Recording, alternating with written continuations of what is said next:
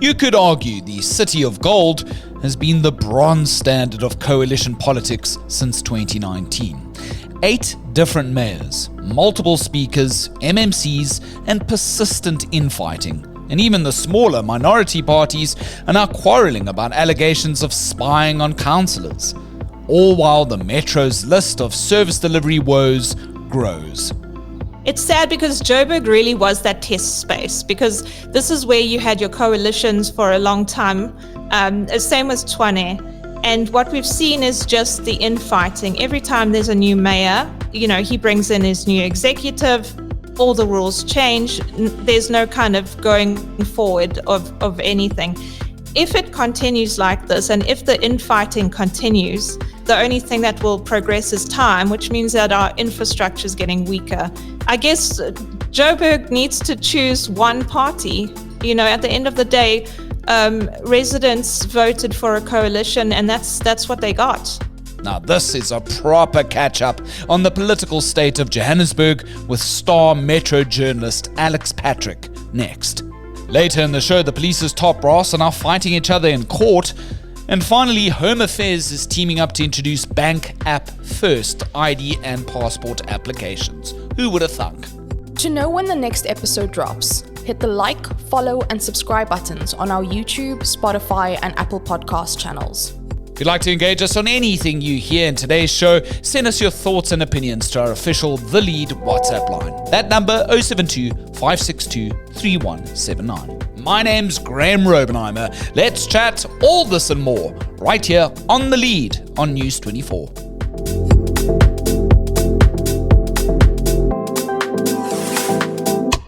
The Game of Thrones, with its political musical chairs for coalition manoeuvring, now even has smaller parties pitted against each other in the government of local unity in the city of Johannesburg. That's where local service delivery has suffered and urban decay has set in more recent years. Now, central to the latest bout of interpolitical unhappiness is an investigation into an alleged device used to spy on councillors. Is it true or is it not? Our Metro reporter on the story is, of course, News 24's Alex Patrick. She joins us live now from Igoli. Alex, welcome back to The Lead. Thank you for having me. I really appreciate your time. And I thought it would be super pertinent if we'd actually remind a lot of our listeners and readers where the city of Johannesburg stands at the moment, because obviously things change so quickly sometimes that we forget who's and who. Let's just, check.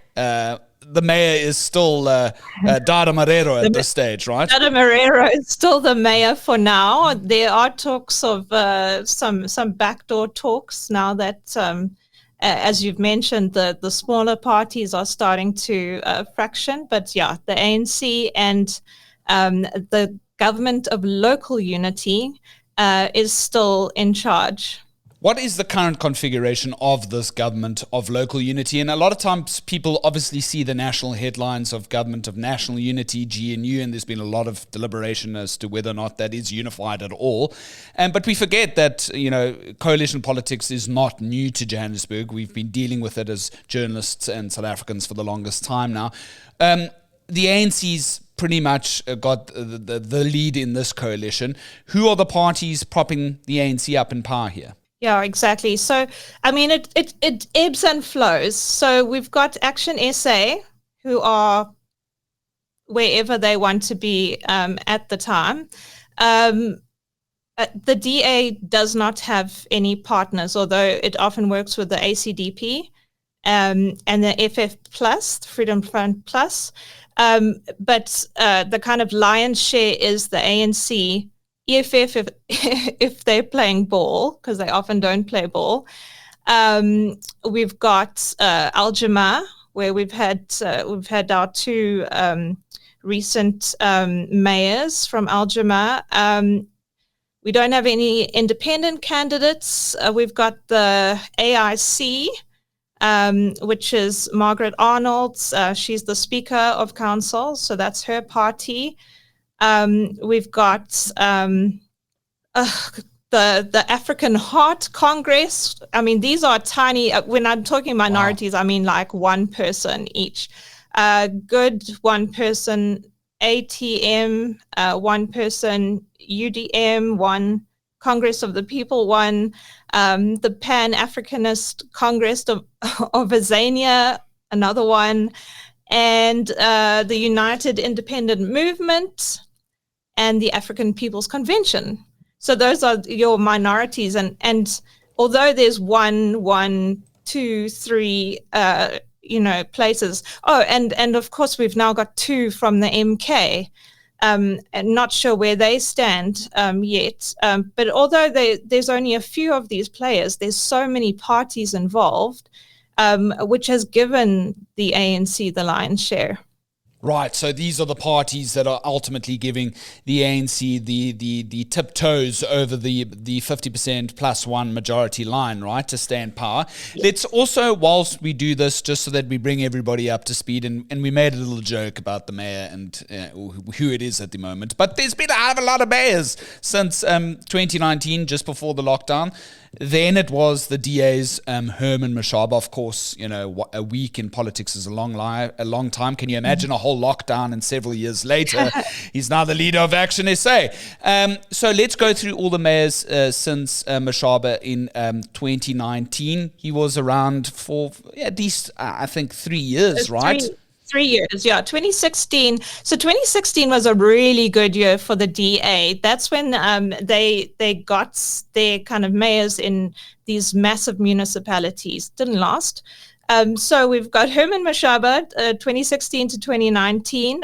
He then kind of walked away from his seat and from the DA, created ASA, Action, what's it called? Action SA. Action is, sorry, there's so many of them.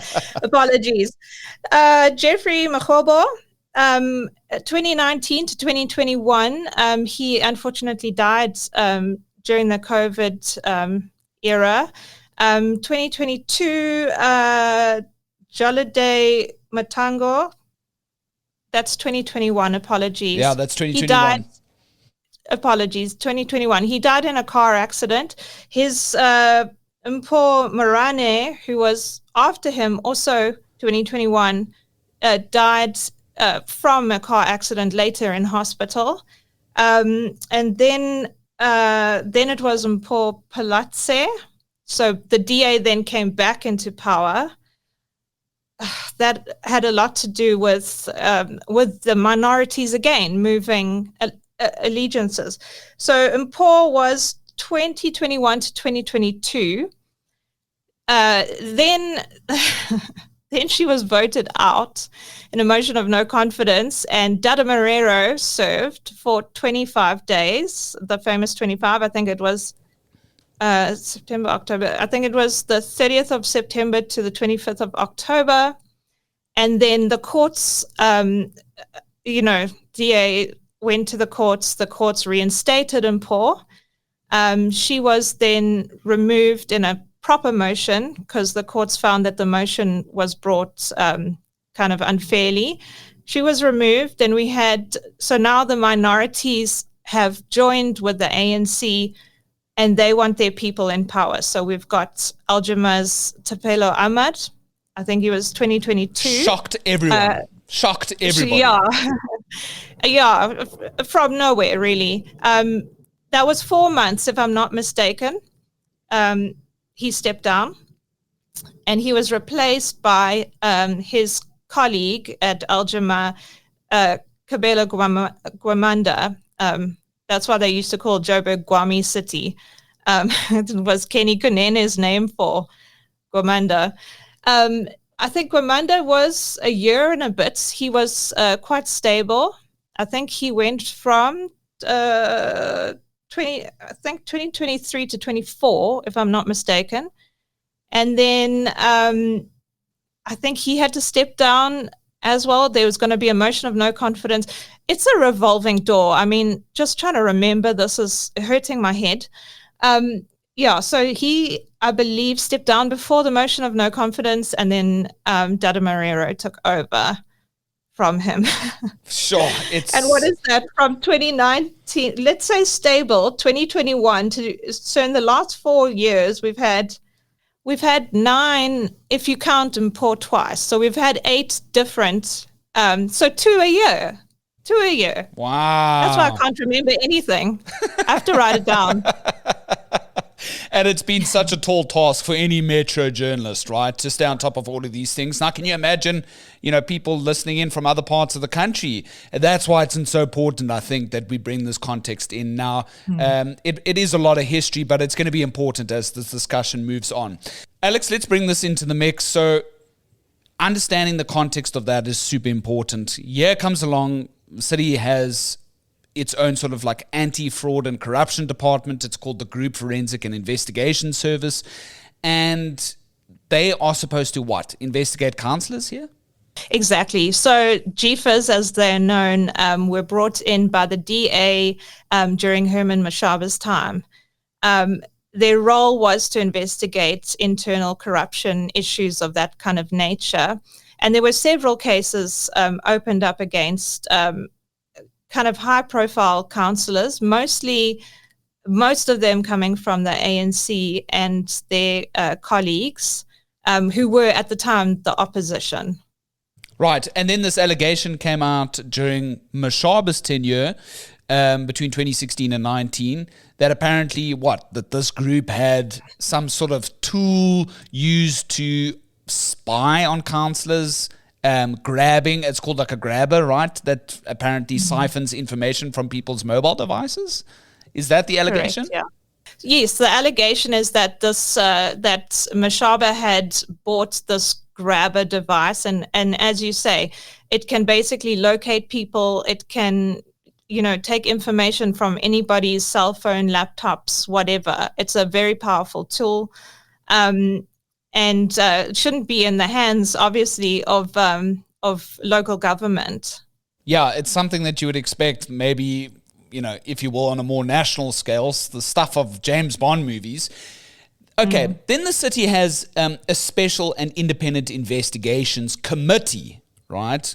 This can also launch its own investigations into the affairs of whatever's happening within the council. Then this investigation is sort of put into motion to try and distinguish whether or not the grabber allegation is true, right? When did that begin, and where are we at the moment with that investigation? Do you know?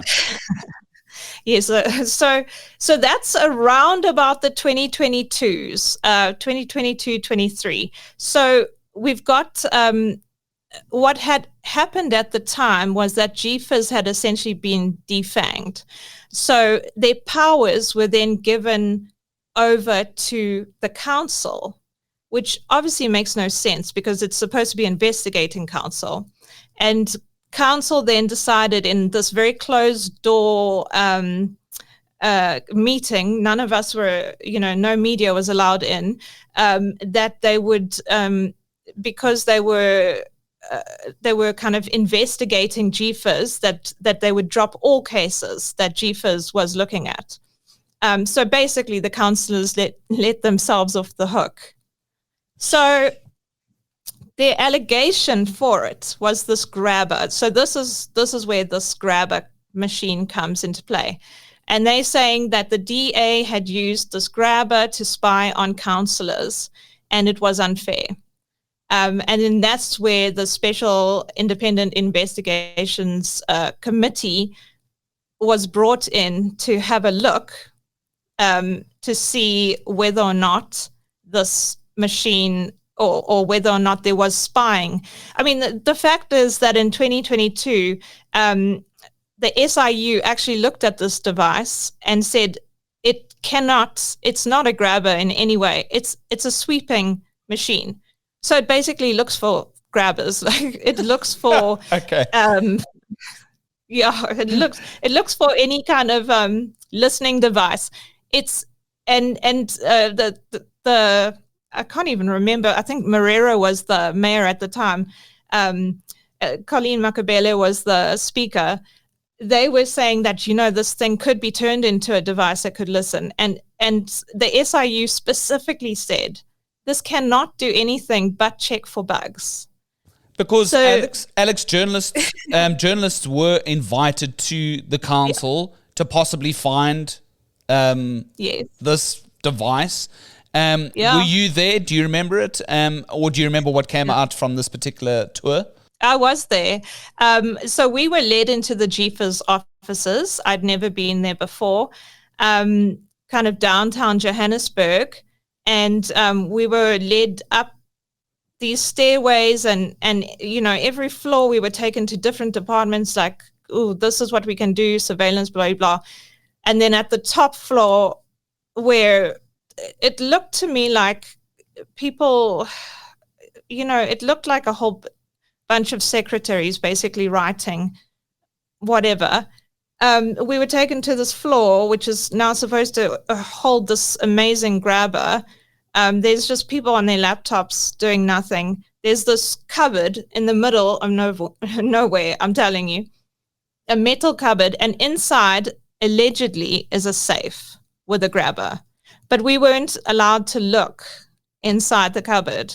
So I've got photos. I was allowed to take a photo of the cupboard, but I wasn't allowed to look inside to see for myself what it was. Okay, but the SIU said it's actually a device used to find other grabbers. So let's bring everybody up to speed now. We've told you what the current configuration of the council looks like. We've told you just how many different mayors we've gone to. We've told you where the allegations first sort of stemmed from, that this apparent tool to spy on councillors exists. GFAS, is it still around, yes or no? It is still looking into this allegation. So that was instated during Colleen Makabele's era. She was from COPE at the time, and she was the speaker. It's a very powerful position in council. So to bring everybody up to kind of what's happening now, this investigation is supposedly going on. It's been commissioned by the speaker. Action Essays, Nobuhle Mthembu, is now the speaker, and she writes a letter to kind of the powers that be, your city managers, etc., saying, what is this thing that I'm supposed to be, because she looked into it, found out that her department's supposed to be overseeing this investigation. So her questions were basically, what is it? How much are we paying? What have we found out? And until that, I am going to suspend. I'm going to suspend this investigation. But Nobuhle is with Action SA, right? Herman Mashaba's party. Yeah, correct. Well, she was. She left last week, Friday.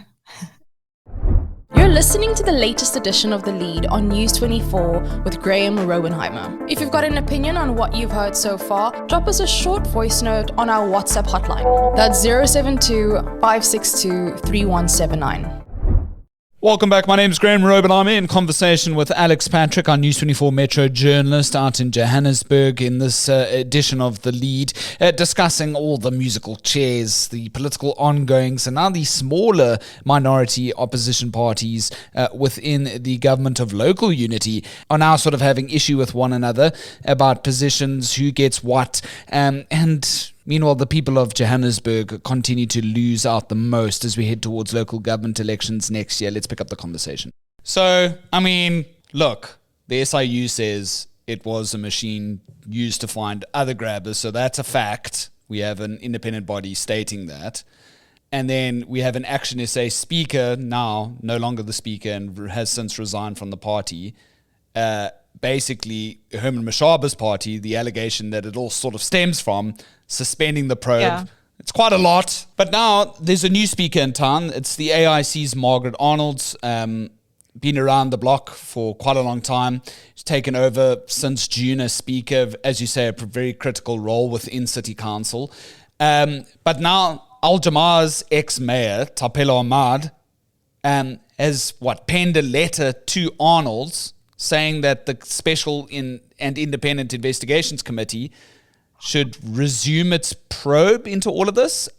You've seen some letters that have been yes. released to you, and what do they say? They were leaked to News 24. Yes, so he was basically saying, as soon as Arnold's, who is part of the minority, so she's kind of in a group with him, in a bigger group with the ANC. He basically said to her, I want Nobuhle Mthembu to be investigated for suspending this, and I want the suspension lifted immediately. So this was in June or July. Got no response. It was July. He wrote again on the 4th of August saying, final warning, or else, I'm going to basically have you up for wasting taxpayers' money. Bring it back and basically discipline Nobuhle. Okay. What did Nobuhle say about leaving Action SA? What were her reasons? And what did Mashaba say about her leaving? Mm-hmm. I mean, both of them were very kind of guarded at first until the mudslinging began. Mthembu, she felt... So speaking with us, she said she didn't feel supported. She said she felt bullied by the party, and she had an issue with the kind of top-down approach, as in national was interfering with local. So there's kind of these layers that you go through, local, provincial, national. And, she just, basically she's accusing Mashaba of interfering with her job. And Mashaba's retort is, well, she's just upset because we didn't vote for, we didn't keep Dada Marrero in. So now, I mean, this thing has legs. On the 25th of June, the speaker was kicked out, but there was also a motion of no confidence in the mayor, Dada Marrero. They didn't have the numbers, but Action SA decided to sit out of that. And as a kind of retribution, they pulled Action SA's speaker. Right. And as you say, as per what you just relayed earlier, is that, we don't know at all at this stage, unless Margaret Arnold, as new speaker for AIC, pens, an announcement or a press release saying, the committee's re-looking into the initial allegation that under Herman Mashaba's tenure as mayor during the Democratic Alliance era of 2016 to 2019, that there was this apparent tool to spy on councillors and get some finality there, which, as we now have sort of reverted, that Tapelo Ahmad for Al Jamaa has been sort of pushing. And so here we have the smaller parties sort of, a bit of friction between them, if you will. Meanwhile, Alex, and let's bring our listeners up to speed. We, of course, have Kenny Kunene is no longer the transport MMC after he was caught with many, many questions around his, his physical appearance upon the day of the raid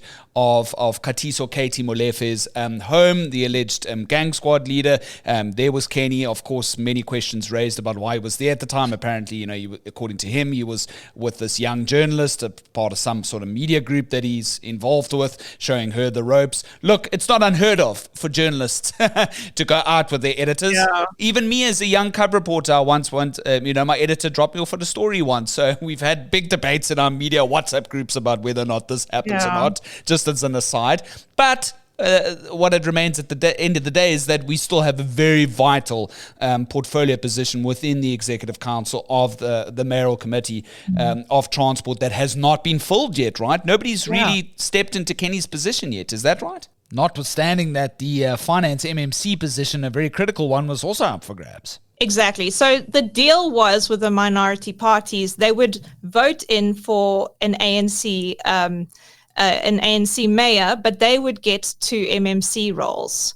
So now when Margaret Arnold left the finance position, which is a very, it's one of the top positions in local government, when she became speaker, then the minorities saw, well, we said 2 MMC positions, so we've got to fill this position. And Tapelo Ahmad was actually put forward for this position. But the ANC said, you know what, you've got a speaker and you've got an MMC already. And when Colleen Makabele became speaker, she was also in the minorities as COPE. Nobody grumbled then, so what's the problem now? Said they were going to fill the spot with an ANC MMC, which they have done. Loyiso Masuku became the finance MMC. So now this still leaves the spot with transport, Kenny Konene's spot. And was not. Yeah, and Liam Jacobs, of course, who was a DA MP sitting on the particular committee within Parliament, looking at specifically arts, culture, all the rest, and really making a lot of noise by holding, various chairs of certain federations to account in Parliament, asking, where's the money? And of course, various sort of like videos of that went viral on X and other social media sites. I've interviewed him myself, and he... very charismatic, very useful, lots of great energy. Obviously, gets pulled over by the PA, Gayton McKenzie, smiling like a Cheshire cat that he now has this young gentleman in the fray to possibly take his party forward. Kenny's now out of the fray. And, there's been talk for the longest time now that Liam could possibly be taking over from Kenny, but that's not been confirmed as yet. We don't know, really. No, well, I mean, so here's where it becomes kind of whisperings, and he is set to take. He wants to take over the spot. The PA want him to take over the spot. He's 24. The whisperings are that Marrero is concerned because it's such an important spot. He's concerned about somebody being brought in who is so youthful, who doesn't have any, experience. Although, I mean, Kenny Konene, I doubt had any road experience either. So the spot is now being left open, and what's happening now is you've got these behind closed doors negotiations, and the only time we will know anything is when they tell us. 100%. And yet the DA is holding what? Birthday parties for Kenny Sagat? Exactly. Yeah. I mean, trying to, I guess, show that they're fighting for the residents. They're the second biggest party. They are the opposition. They say they don't have a coalition. And, they do kind of go with whoever will help, but Alex, somebody might be listening now. They just said they probably just thought, Graham, did he just have an aneurysm? Kenny Sagat, what's he on about? Tell us what we're talking about. Because it's right near our office. We're so used to Kenny Sagat. So there's a reinstatement. Basically, it's like a giant hole for infrastructure. So it's not a pothole. It's a bigger hole than that, 2 stories deep, and it was called the Republic Monster. We were told that this would be it. It's just turned 1 year old. DA are trying to make a splash about it by having a 1 year's birthday party, and they renamed it Kenny Sagat because obviously Kenny transport, he deals with the roads. It's his hole. So that's where that comes into play. But it's one of several. The irony abounds, of course, is that it happened around the same time that he was caught at the scene of the raid on the home of Katiso Katie Melefe, which I thought was some cruel political irony at the time. Anywho, Kenny Sagat, though, is indicative, as we end off now, Alex, of a city in absolute decay. You have covered Kenny Sagat quite a lot. You've covered, more lavish parts of Johannesburg, Blairgowrie, other areas where service delivery issues have been seeping in. Ratepayers not really getting bang for their buck because, either, burst water mains aren't being fixed on time. There's just all these, excavations happening everywhere. Robots aren't working. How bad is it? I mean, I'm a Cape Townian. I haven't been up in Joburg for quite a long time. School this Cape Townian. How bad is it? We're going to use Kenny's hole, Kenny Sagat, to explain how bad it is. Kenny Sagat is in the highest rate-paying section. So it's Ward 102. It's in Randburg. So you've got the most people paying taxes. So these are this is where your money is coming from. The place, I mean, Kenny se gat, there's another gat. It looks like Swiss cheese around here. So the mayor had promised, and this is why I want to use this specifically as an example. This hole has been open for a year now. The mayor promised, after some push, he went and had a look at this hole. This was last year, and he told the councillors, listen, by 2025, this will not be a problem. It is 2025. Somebody drove into it. It is a 2-story hole in the road with soil on top. Now, the issue is it's a water pipe. These pipes are 60, 70, 80. Some are over 100 years old. They are disintegrating. So when you fix them, they just burst up the line. You know, as it gets that welding, that strength, it will burst. It will continue to burst. You actually need to completely redo that pipeline. And this is not happening. So basically, you've got your taxpayers in your highest kind of tax bracket, paying the most taxes and receiving some of the worst services.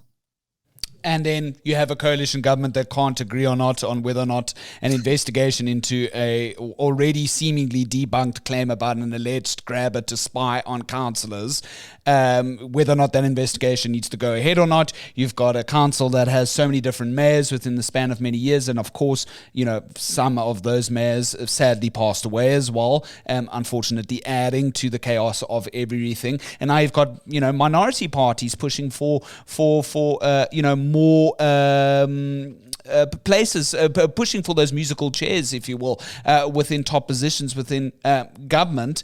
Last question, Alex. This is only going to get worse as we head towards local government elections next year. That is my gut instinct. What say you? Sure. You know, it's sad because Joburg really was that test space, because this is where you had your coalitions for a long time. Same with Tshwane. And what we've seen is just the infighting. Every time there's a new mayor, you know, he brings in his new executive, all the rules change. There's no kind of going forward of anything. If it continues like this, and if the infighting continues, there'll be no progress. The only thing that will progress is time, which means that our infrastructure is getting weaker.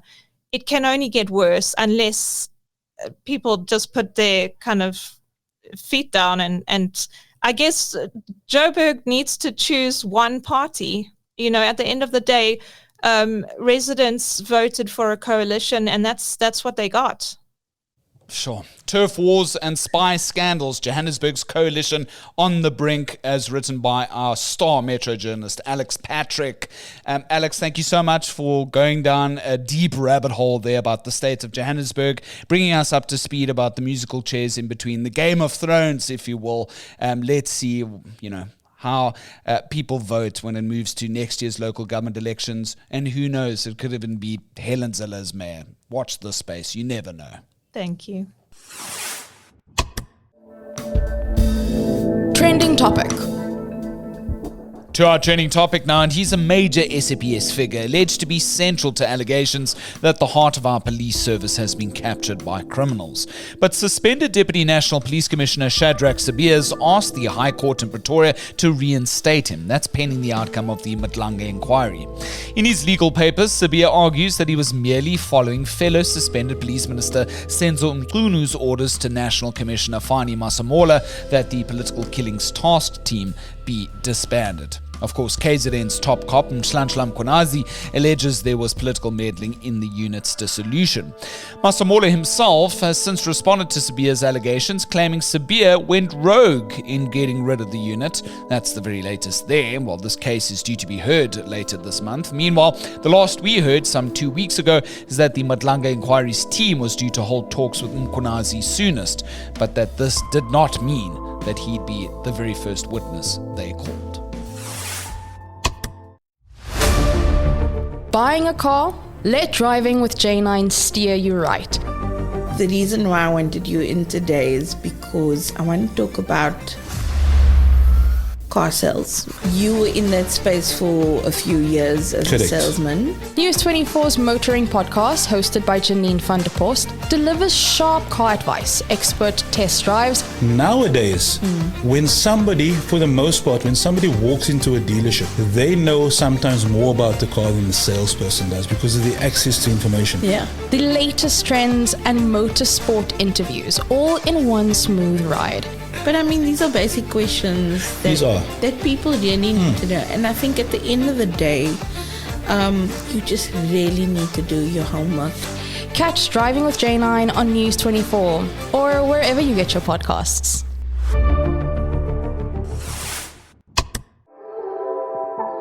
And finally, in a major breakthrough that's bound to get most South Africans smiling, finally, Home Affairs is partnering with banks, FNB and Capitec to allow their users to apply for smart IDs and passports on their mobile applications. What? Well, such applications will soon also be facilitated at more of these bank branches across Mzansi. According to News 24's business journalist William Brederode, that as it stands, 13 million of us prefer Capitec these days, whilst FNB's customer base makes up just more than half that figure. We're waiting to hear further details from Home Affairs Minister Leon Schreiber as to whether or not this new initiative will come with a home delivery service. Imagine that. The proof, I guess, will be in the pudding.